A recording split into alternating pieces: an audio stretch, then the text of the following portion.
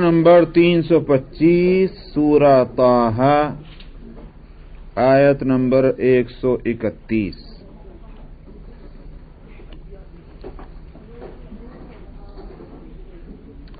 اعوذ باللہ من الشیطان الرجیم، بسم اللہ الرحمن الرحیم۔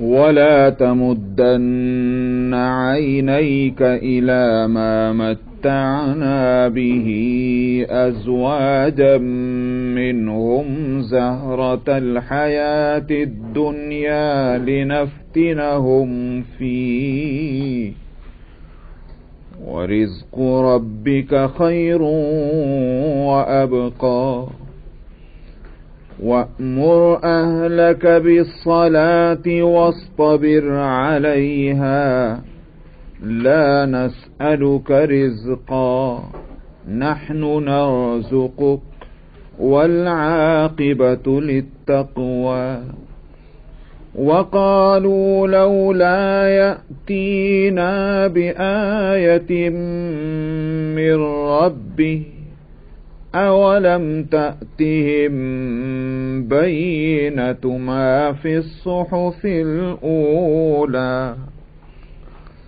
وَلَوْ أَنَّا أَهْلَكْنَاهُم بِعَذَابٍ مِّن قَبْلِهِ لَقَالُوا رَبَّنَا لَوْلَا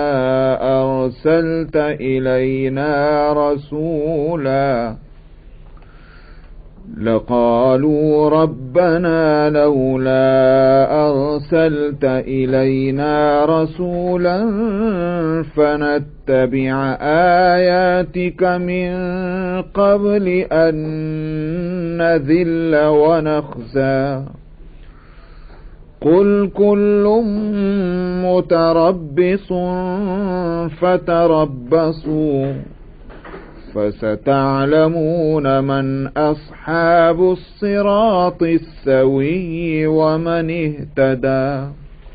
صدق اللہ العظیم۔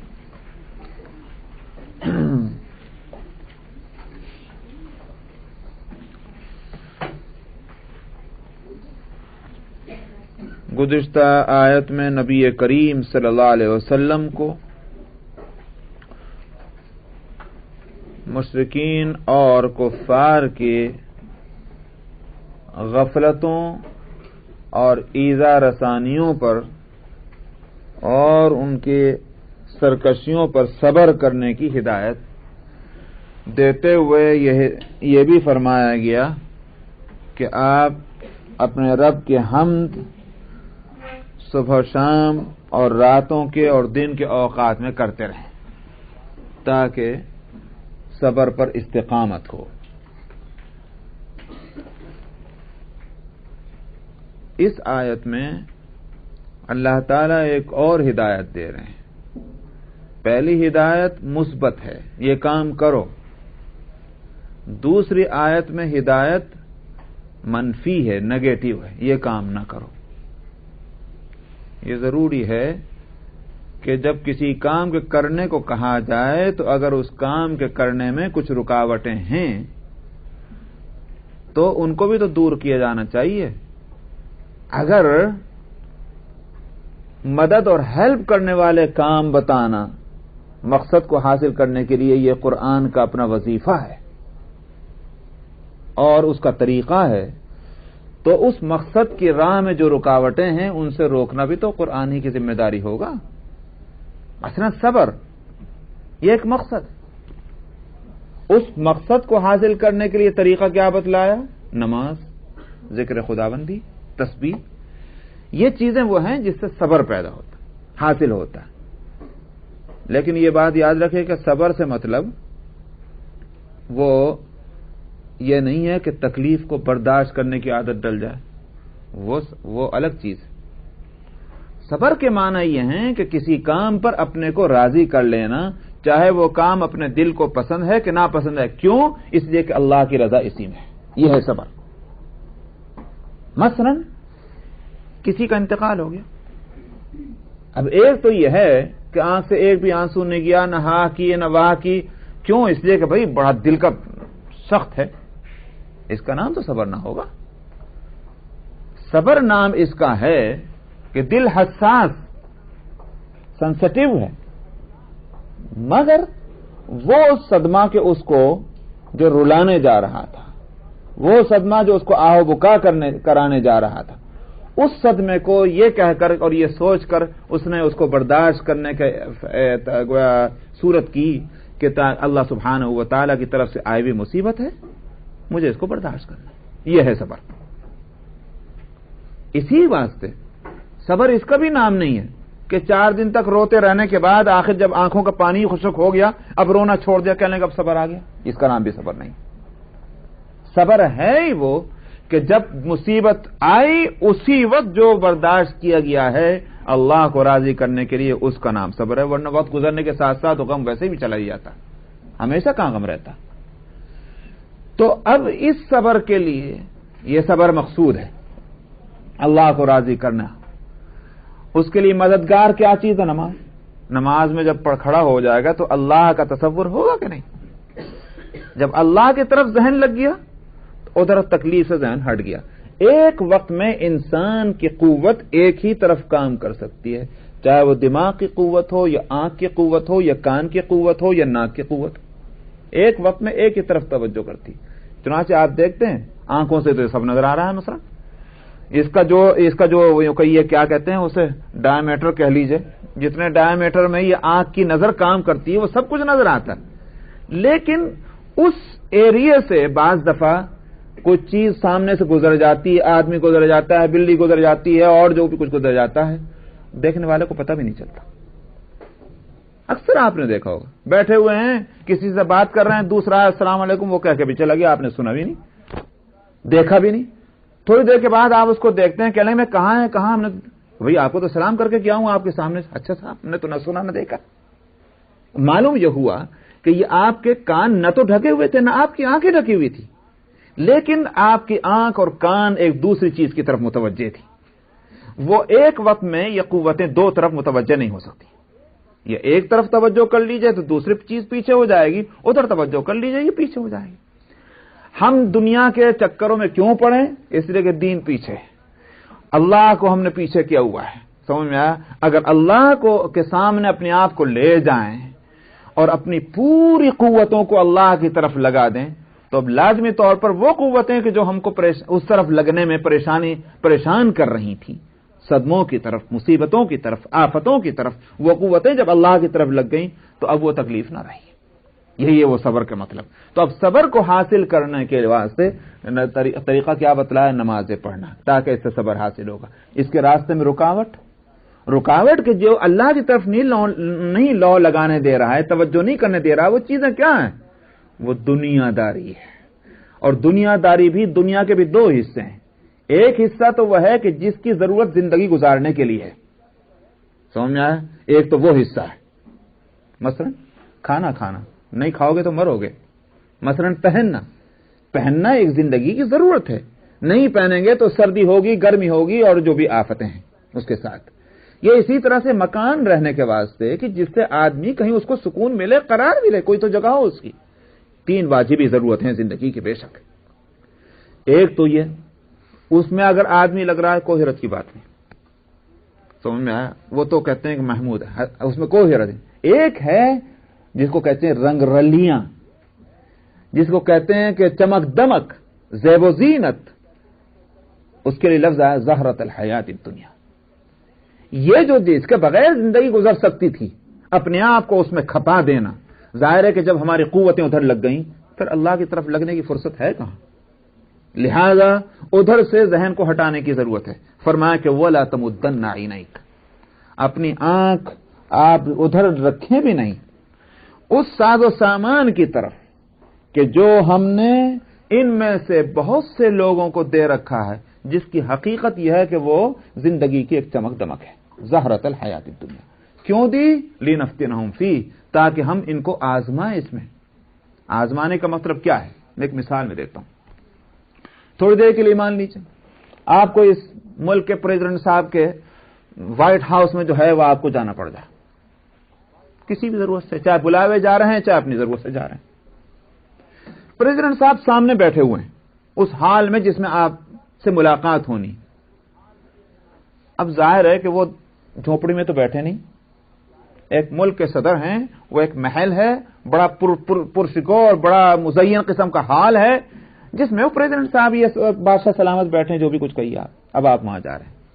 ایک صورت تو یہ ہے، بھول جائیں کہاں گئے بادشاہ صاحب اور کہاں گئی ان کی ملاقات، آپ کبھی چھت کو تاک رہے ہیں، کبھی فرش کو دیکھ رہے ہیں، کبھی جھاڑ فانوس کو دیکھ رہے ہیں، اسی میں لگ کے کھو گئے۔ تو اب اس تماشے کو جب وہ پریزیڈنٹ صاحب دیکھیں گے، بادشاہ سلامت دیکھیں گے، جنہوں نے آپ کو بلوایا تھا کہ آئیے ملاقات کے واسطے، وہ خوش ہوں گے آپ کے اس طریقے کو دیکھ کر، یا یہ کہ آپ ان سب سے نظر ہٹا کر کے اور اس مقصد پر آپ کی نظر رہنی چاہیے جس مقصد کے لیے آپ وہاں گئے ہیں۔ یہی ہے دراصل اس کو کہا گیا لنفتنہم فیہ، یہ سامان ہے آزمائش کا، کون اپنے آپ کو اس میں کھپاتا ہے اور کون اس چکروں کے باوجود ہم سے اپنے ذہن کو غافل نہیں کرتا، یہ ہے لنفتنہم فیہ۔ تب معلوم ہوا کہ یہ چیزیں جو ہیں اس میں رکھی گئی اللہ تعالی نے۔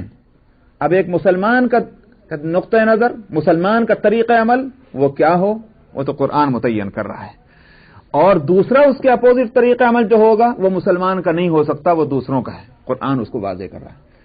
جس کو یوں کہیے کہ مسلمان کی نظر ہونی چاہیے اس دنیا سے اوپر بلند، کافر کی نظر وہاں جا ہی نہیں سکتی، اس کی نظر تو یہیں رہ جائے گی، ٹکرا کر یہیں واپس آئے گی۔ مسلمان کی منزل، مومن کی منزل بہت اونچی ہے، کافر کی منزل کہیں ہے ہی نہیں، وہ تو دنیا میں رہنا اس کو۔ اسی کو تو وہ اقبال نے ایک خاص اپنے شعر میں کہا تھا، مثال دی تھی کہ پرواز ہے دونوں کی اسی ایک فضا میں، پرواز ہے دونوں کی اسی ایک فضا میں، شاہی کا جہاں اور ہے اور کرگس کا جہاں اور۔ اب کس طرح جینا چاہتے ہو؟ اپنا مقام وہ بنانا چاہتے ہو جو شاہین کا ہے، یا اپنا مقام وہ مردار خور کرگس کا بنانا چاہتے ہو کہ جو جہاں اس کو مردار ملا وہیں وہ ٹوٹ پڑا؟ تو یہی ہے، اس لیے میں نے کہا کہ ایک ہے زندگی کی ضرورتیں، اس میں اشکال نہیں۔ اس کو تو فرمایا کہ نحن نرزقک، ہم رزق دے رہے ہیں، جو چیز اللہ دے رہے ہیں وہ گندی کیسے ہو سکتی، وہ خراب کیسے ہو سکتی؟ وہ تو فرمایا کہ وہ ہم دیں گے۔ ایک ہے زیب و زینت کے چکر میں اپنے کو ڈالنا اس طرح کہ جو مقصود زندگی ہے، جس کے لیے دنیا میں بھیجا گیا، وہی جو ہے وہ ذہن سے نکل جائے اور آدمی اس کو بھلا دے، یہ غفلت جو ہے یہ ناپسندیدہ ہے۔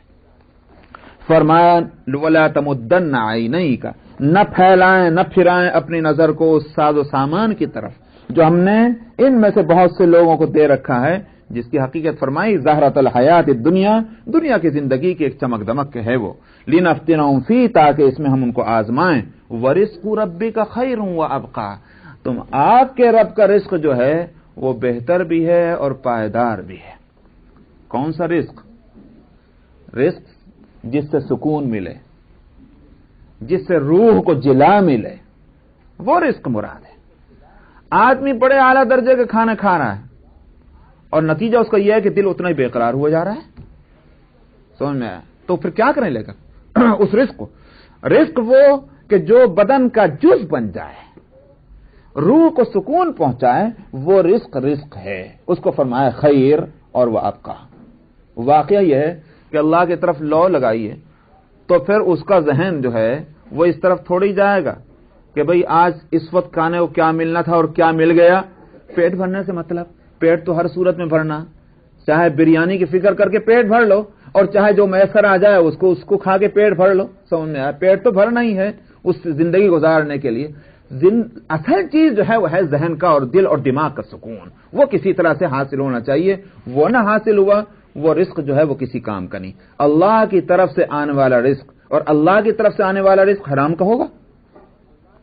ورزق ربک، رزق ربک، آپ کے رب کا رزق کون سا ہوگا؟ وہ رزق حلال، سمجھ میں آیا؟ جس میں نہ چوری کرنی پڑی، نہ ڈاکہ ڈالنا پڑا، نہ رشوت لینی پڑی، نہ کسی کو دھوکہ دینا پڑا، نہ جھوٹ بولنا پڑا، جس میں دل کو کبھی سکون نہیں مل سکتا۔ آپ یقین کریں، کیا چور جو چوری کر کے وہ کھانے بیٹھا ہوا ہے اس کو دل کو سکون ملے گا؟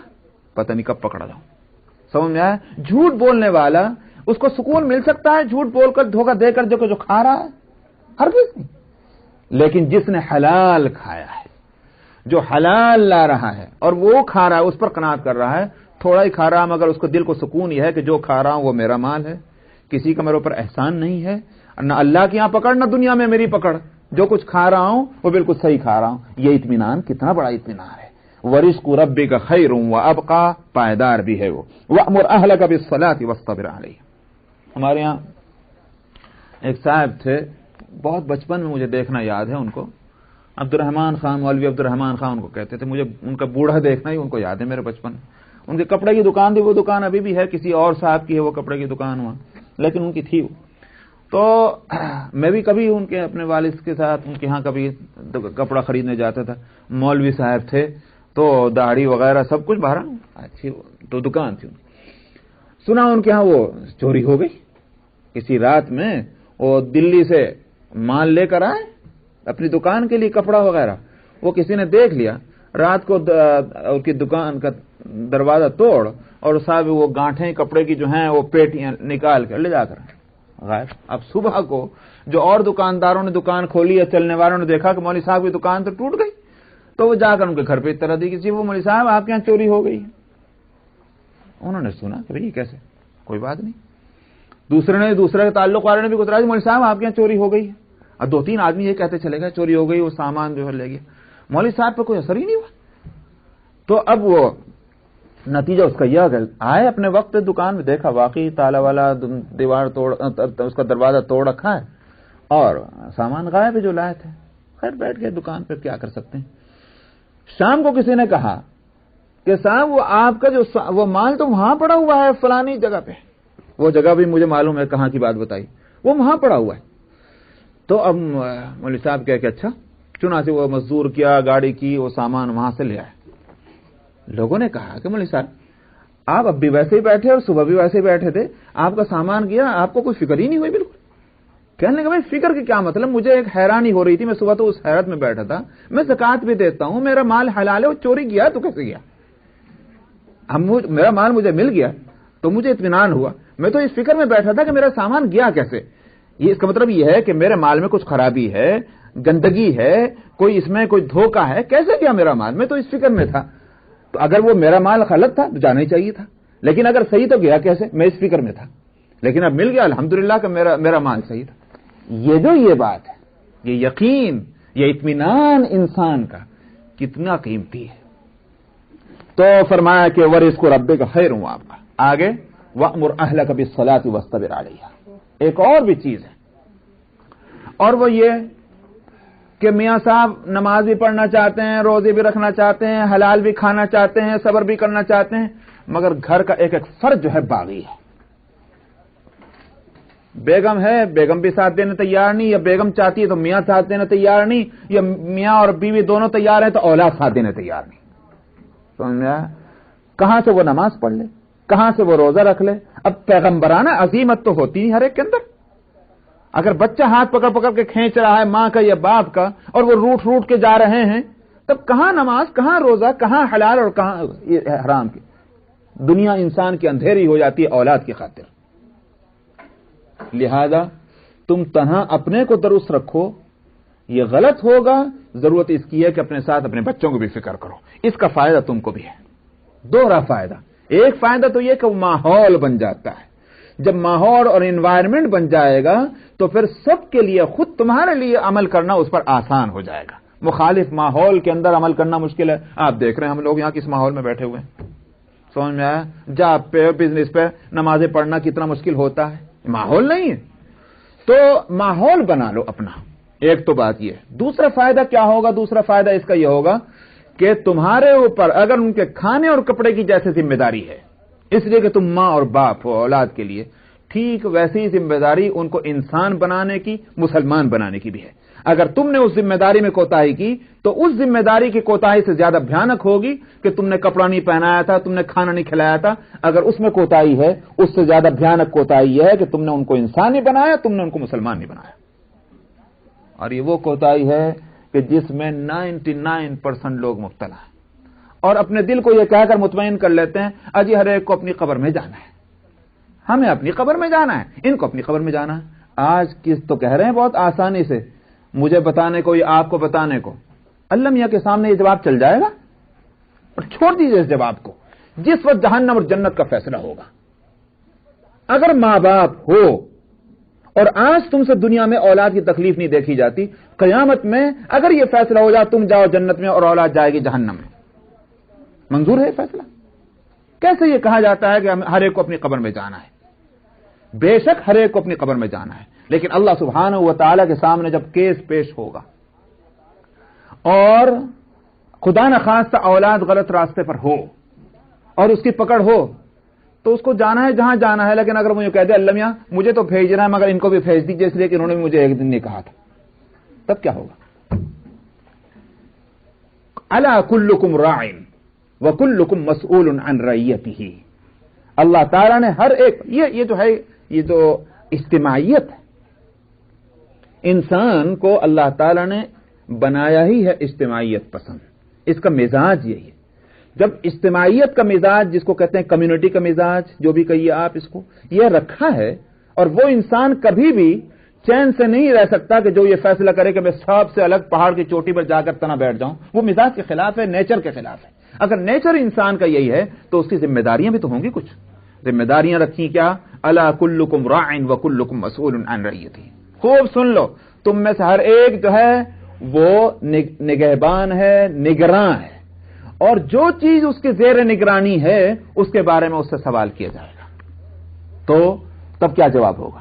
اس لیے میں نے کہا کہ اگر ہم کو اپنے بچوں کی اور جو بھی ہمارے زیر تربیت ہیں، چاہے بھائی بہن ہوں اور جو بھی ہوں، ہمیں جہاں ان کے کھانے اور کپڑے کی فکر کرنی ہے اس سے کہیں زیادہ فکر ہم کو اس کی کرنی چاہیے کہ ان کے دلوں کے اندر، ان کے دماغوں کے اندر اللہ کا نام، اللہ کے رسول کا نام، دین کی فکر، آخرت کی فکر یہ پیدا کر دی کہ نہیں کرتی؟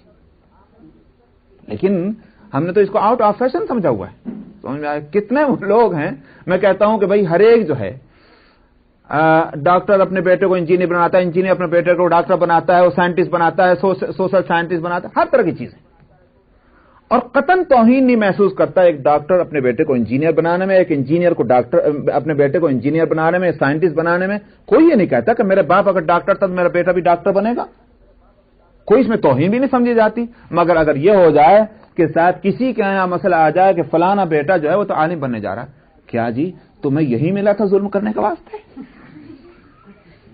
اب یہ توہین بھی ہو رہی ہے، اب یہ ظلم بھی ہو رہا ہے، اب یہ جو ہے اپنے رشتے کو اپنے خاندان کے سلسلے سے کاٹا بھی جا رہا ہے، یہ ساری چیزیں نظر آتی ہیں۔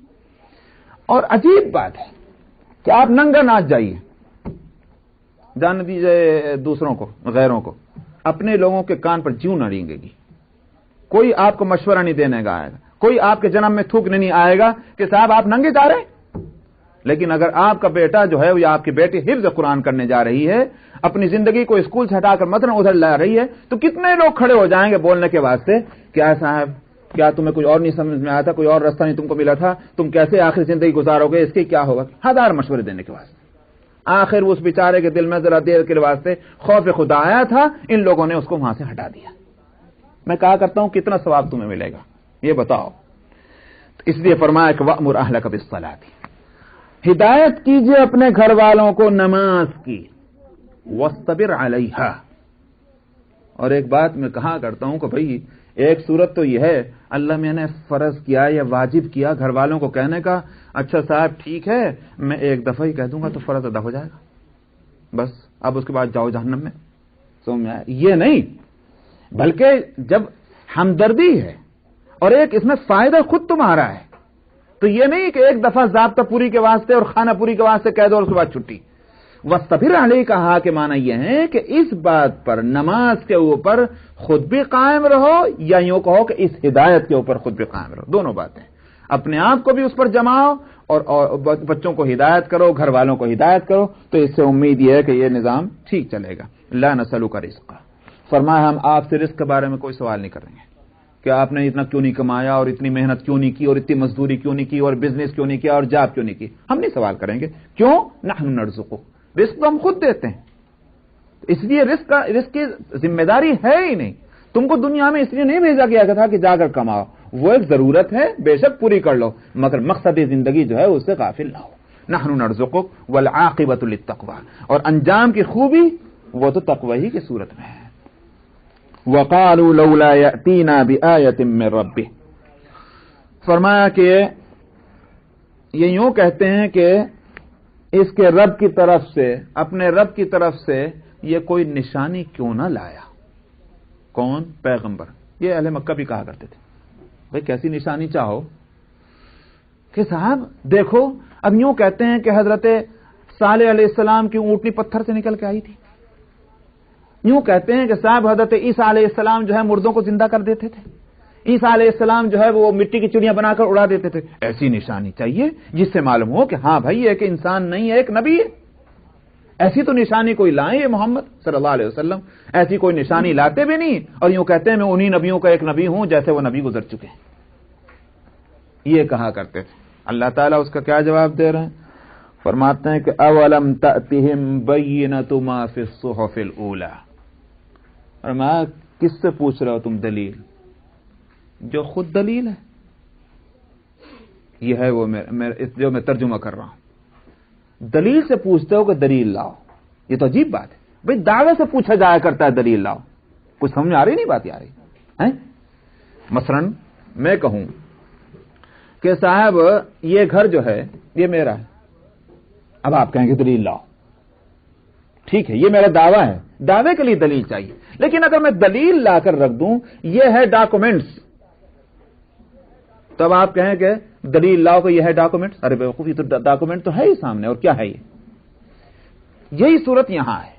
فرماتے ہیں کہ یہ نبی تو خود دلیل ہے، آفتاب آمد دلیل آفتاب۔ کوئی پوچھے دن نکل رہا کیا؟ کہ ہاں دن نکل رہا، سورج نکل رہا ہے، ٹھیک تو ہے، جا کر دیکھ لو سورج ہے، سورج نکل رہا، اس کے لیے دلیل کی کیا ضرورت ہے؟ آنکھیں کھول اور دیکھ لو، آفتاب آمد کے دلیل آفتاب۔ وہی صورت یہ ہے کہ پچھلی کتابوں میں یہ اطلاع دی گئی تھی کہ ایک نبی ایسا اور ایسا آئے گا، وہ دعویٰ تھا، اس کی دلیل کیا؟ وہ آ جائے، یہ آ چکے، اب تم اس سے پوچھتے ہو کہ دلیل لاؤ، یہ کیسی بے وقوفی کی بات ہے؟ سمجھ میں آئی نہیں بات؟ یہ اس لیے فرمایا اولم تأتہم بینۃ ما فی الصحف الاولی، کیا ان کے پاس دلیل نہ آ گئی اس بات کی کہ جو پچھلے صحیفوں میں گزر چکا ہے؟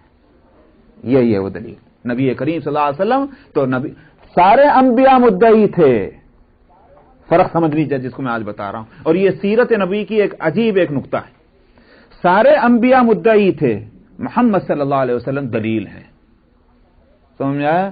اسی کو قرآن حکیم میں کہا گیا کہ تصدیق کا لفظ، مصدقا لما بین یدیہ، یہ تصدیق کرنے والا ہے۔ بھئی تصدیق کس چیز کی جاتی ہے؟ کسی دعوے کی، کسی بات کی۔ پچھلے انبیاء آ کر کہتے تھے کہ ہم نبی ہیں، پچھلے انبیاء نے کہا کہ ہمارے بعد ایک نبی آنے والا ہے، نبی نے آ کر جب کیا ہوا؟ تصدیق کر دی۔ جب تک نبی نہ آئے تھے یہ بات لٹکی ہوئی تھی، سچی بات ہے کہ جھوٹی بات ہے، یہ سچی بات ہے کہ جھوٹی بات ہے، لیکن محمد صلی اللہ علیہ وسلم دنیا میں تشریف لائے، تصدیق ہو گئی ان کی ساری باتوں کی۔ اس لیے میں کہتا ہوں کہ یہی فرق ہے پیغمبر آخر الزمان صلی اللہ علیہ وسلم میں، جن کے ہم خوش قسمتی سے امتی ہیں، اور سارے انبیاء میں از آدم تا عیسیٰ علیہ الصلوۃ والسلام کے سارے مدعی تھے کسی دعوے کے، اور حضرت محمد صلی اللہ علیہ وسلم مدعی نہیں بلکہ دلیل ہیں دعوے کی۔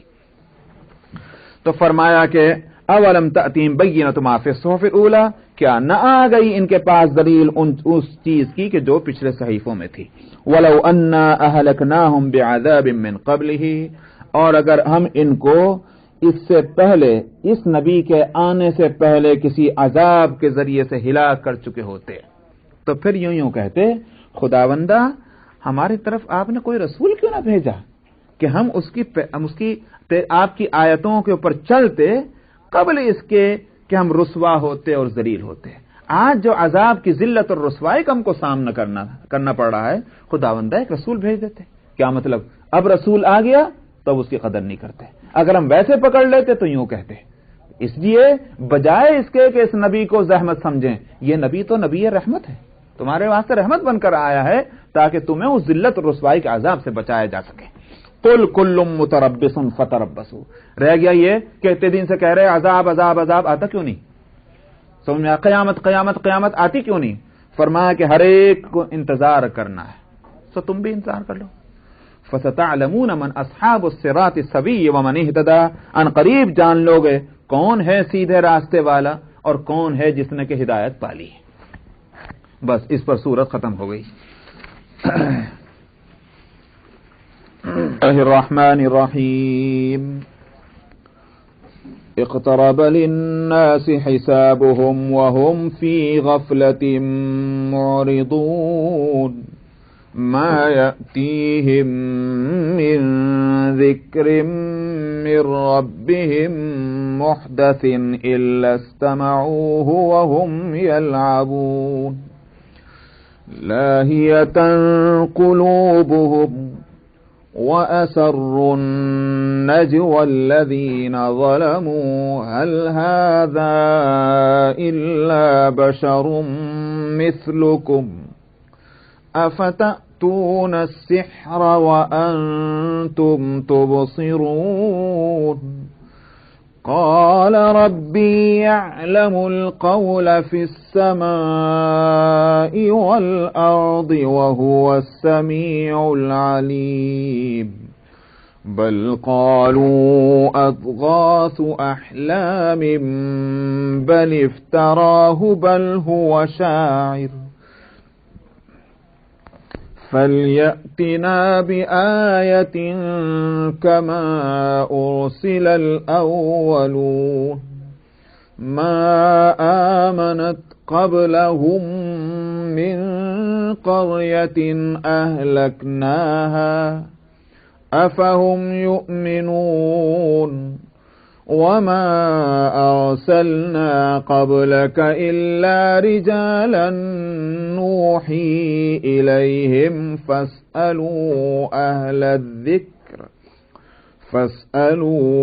أهل الذكر إن كنتم لا تعلمون وما جعلناهم جسدا لا يأكلون الطعام وما كانوا خالدين ثم صدقناهم الوعد فأنجيناهم ومن نشاء وأهلكنا المسرفين لقد أنزلنا إليكم كتابا فيه ذكركم أفلا تعقلون صدق الله العظيم. یہ سورہ الانبیاء ہے، مکی سورت ہے، اور اس سورت کے مضامین اور ان کا انداز بیان، اس سے یہ بات معلوم ہوتی ہے کہ مکے کا جو درمیانی دور ہے نبی کریم صلی اللہ علیہ وسلم کا بعد از اعلان نبوت، وہ اس دور میں یہ سورت نازل ہوئی ہے. جہاں تک اس سورت کے مضامین کا تعلق ہے، اس میں جو چیز پیش نظر ہے وہ اہل مکہ کا جو طرز عمل ہے نبی کریم صلی اللہ علیہ وسلم کے ساتھ، وہ گویا یوں کہیے کہ اس پر تنقید، تبصرہ اور اس کی بنیاد پر نصیحت، یہ ہے اس کے مضامین. مثلا نبی کریم صلی اللہ علیہ وسلم کے نبوت میں شک اور شبہ کرنا. خیال یہ تھا کہ ایک وہ ذات، وہ فرد کہ جو اور انسانوں کی طرح کے احساسات رکھتا ہے، فیلنگ رکھتا ہے، اور انسانوں کی طرح زندگی گزارتا ہے، کھا کر، پی کر، چل کر، پھل کر، سو کر، جاگ کر، یا جو بھی ہے اور چیزیں، بیوی بچے رکھ کر، تو وہ نبی نہیں ہو سکتا. نبی ہونے کے لیے ان سب چیزوں سے بالاتر ہونا ضروری ہے. یہ تھا خیال. مثلا اس کا جواب دیا گیا.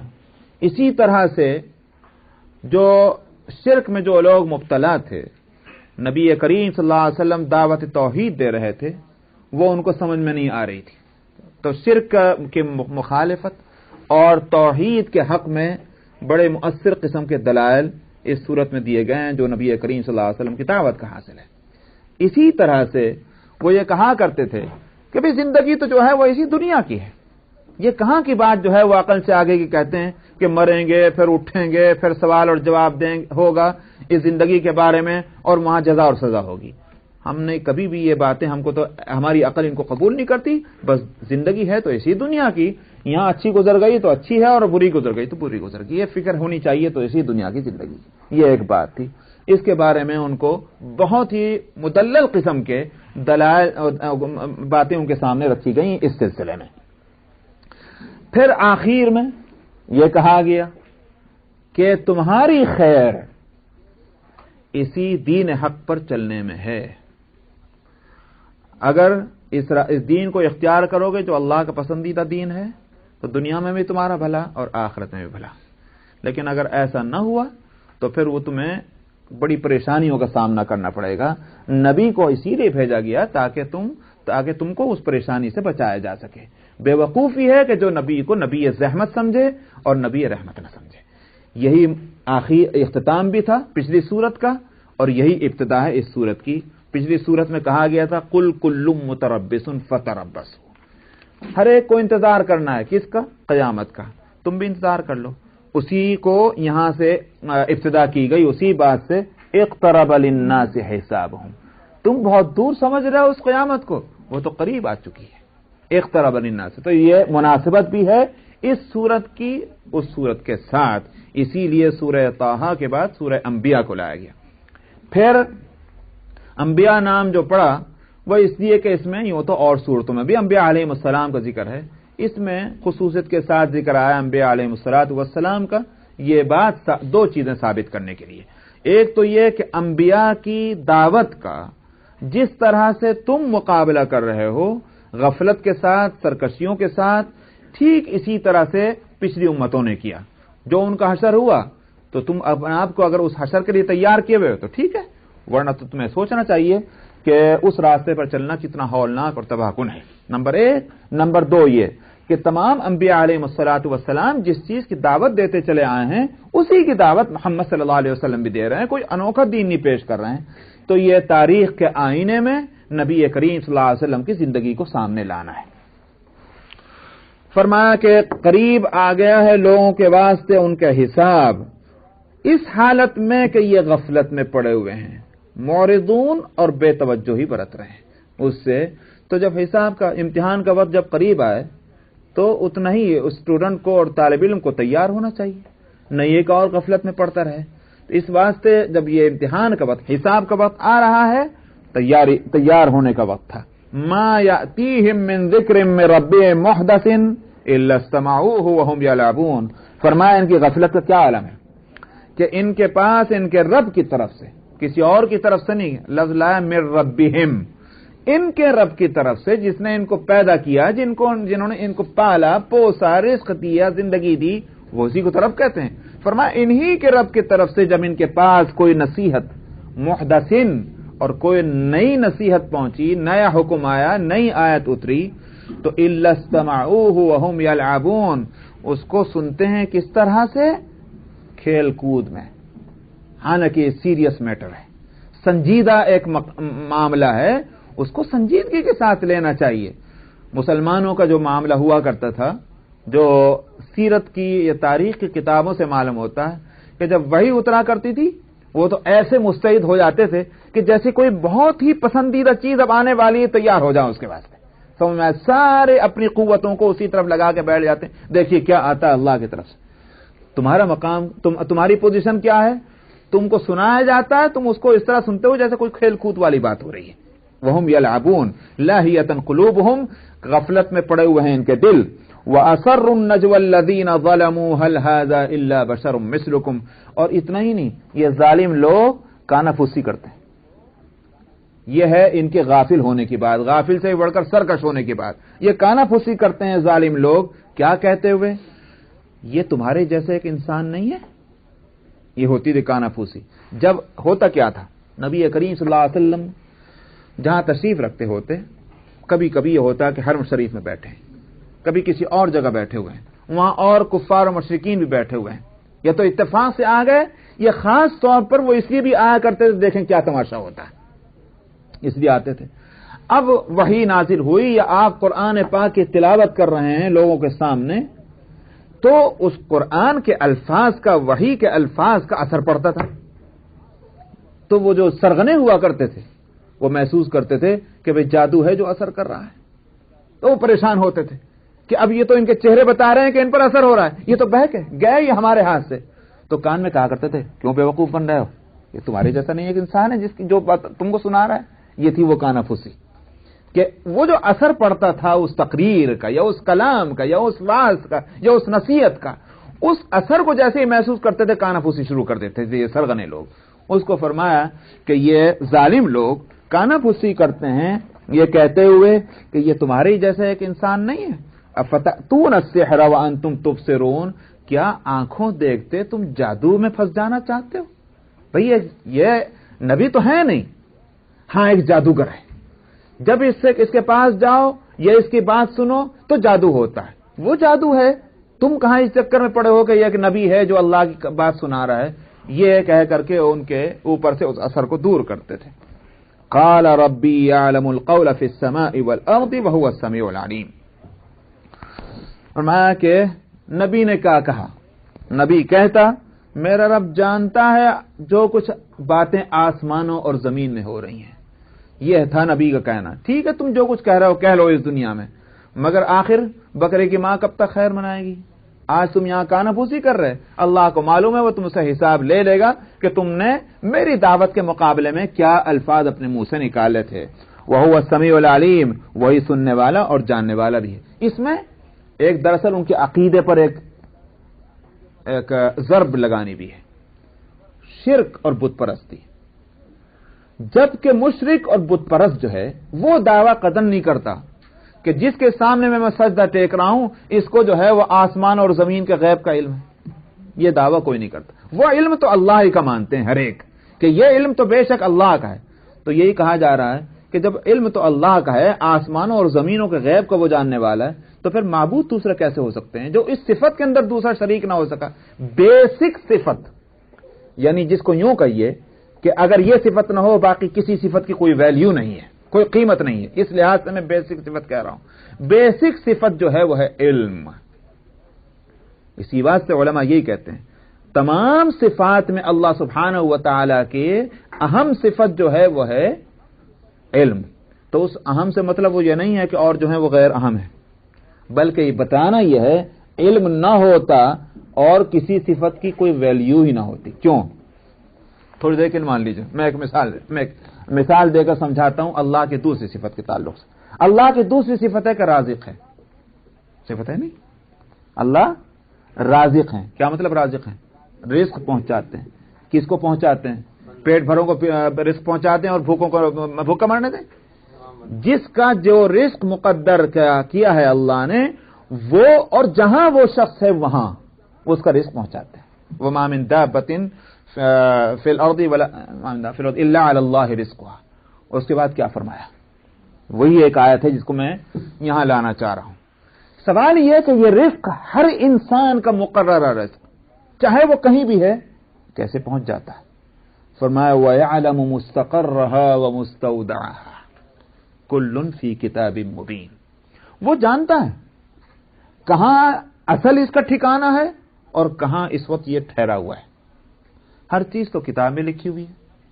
یہ بتائیے کہ اگر اللہ کی اندر صفت علم کی نہ ہوتی تو یہ صفت رزاقی کیسے چلتی؟ بات سمجھ میں آ رہی نہیں آ رہی؟ ایک صفت جو ہے اس کو میں نے سمجھائی، باقی اور صفتوں پر اسی طرح قیاس کر لیجئے. تو بیسک صفت جو ہے وہ علم. اگر علم ہی اللہ کے پاس وہ ہے کہ جو دوسروں کے پاس نہیں، تو پھر دوسری صفتوں کو کہاں تلاش کرتے پھرتے ہو؟ تو معبود ہونا اللہ کا اس لیے کہ وہ عالم الغیب والشہادہ اور عالم الارض والسماوات ہے. اسی لیے بس یہی بنیاد، یہی دلیل ہے سب سے بڑی اللہ کے معبود ہونے کی. اور یہ تم مانتے ہو کہ یہ صفت کسی اور کے اندر نہیں، پھر دوسری صفتوں کو کیسے بیس بناتے ہو معبود ہونے کے لیے؟ فرمایا قال ربی یعلم القول فی السماء والارض وهو السمیع العلیم. وہ سننے والا بھی ہے اور جاننے والا بھی ہے. بل قالوا اضغاث احلام بل افتراہ بل هو شاعر. بلکہ یہ تو یوں کہتے ہیں کہ یہ ایک پریشان خیالیاں ہیں. اضغاث احلام دراصل ان باتوں کو کہا جاتا ہے کہ ایک شخص سو رہا تھا، سوتے سوتے ہڑبڑا کے اٹھا، ارے میں نے تو ایک بہت بڑی مصیبت دیکھی، یوں ہوا یوں ہوا یوں ہوا۔ لوگ کہتے ہیں کہ بھئی بعض رات میں دیکھنا، بعض تو واقعتاً خواب ہوتے ہیں، جن خواب کو کہا گیا کہ یہ 70واں حصہ ہے نبوت کا۔ سمجھ میں آیا؟ ایک تو صورت یہ، اور ایک جو خواب نہیں ہے ان کو کہا جاتا ہے اردو میں تو پریشان خیالی، اور عربی میں اس کو کہتے ہیں اضغاث و احلام۔ کیا مطلب؟ مثلا دن میں پریشان تھا، بہت پریشانی کے اندر دن گزرا، رات کو بھی پریشانی کے خواب آ رہے ہیں، یہ ہے اضغاث و احلام، یہ خواب نہیں ہے۔ دن میں مثلا روپے پیسے کے ریل پیل کے اندر گزر رہا، رات کو بھی دیکھ رہا کہ خوب روپے پیسے ہیں، کہا جائے گا اضغاث و احلام، پریشان خیالیاں ہیں۔ تو یہ کہا کرتے تھے کہ یہ اس کی پریشان خیالیاں ہیں تو یہ پیش کرتا رہتا ہے، اور اس کے سوا اس کی کوئی حقیقت نہیں۔ بل افتراہ بل ہوا شاعر، بلکہ یہ خود گھڑ کے لاتا، بلکہ حقیقت یہ ہے کہ یہ شاعر ہے۔ قرآن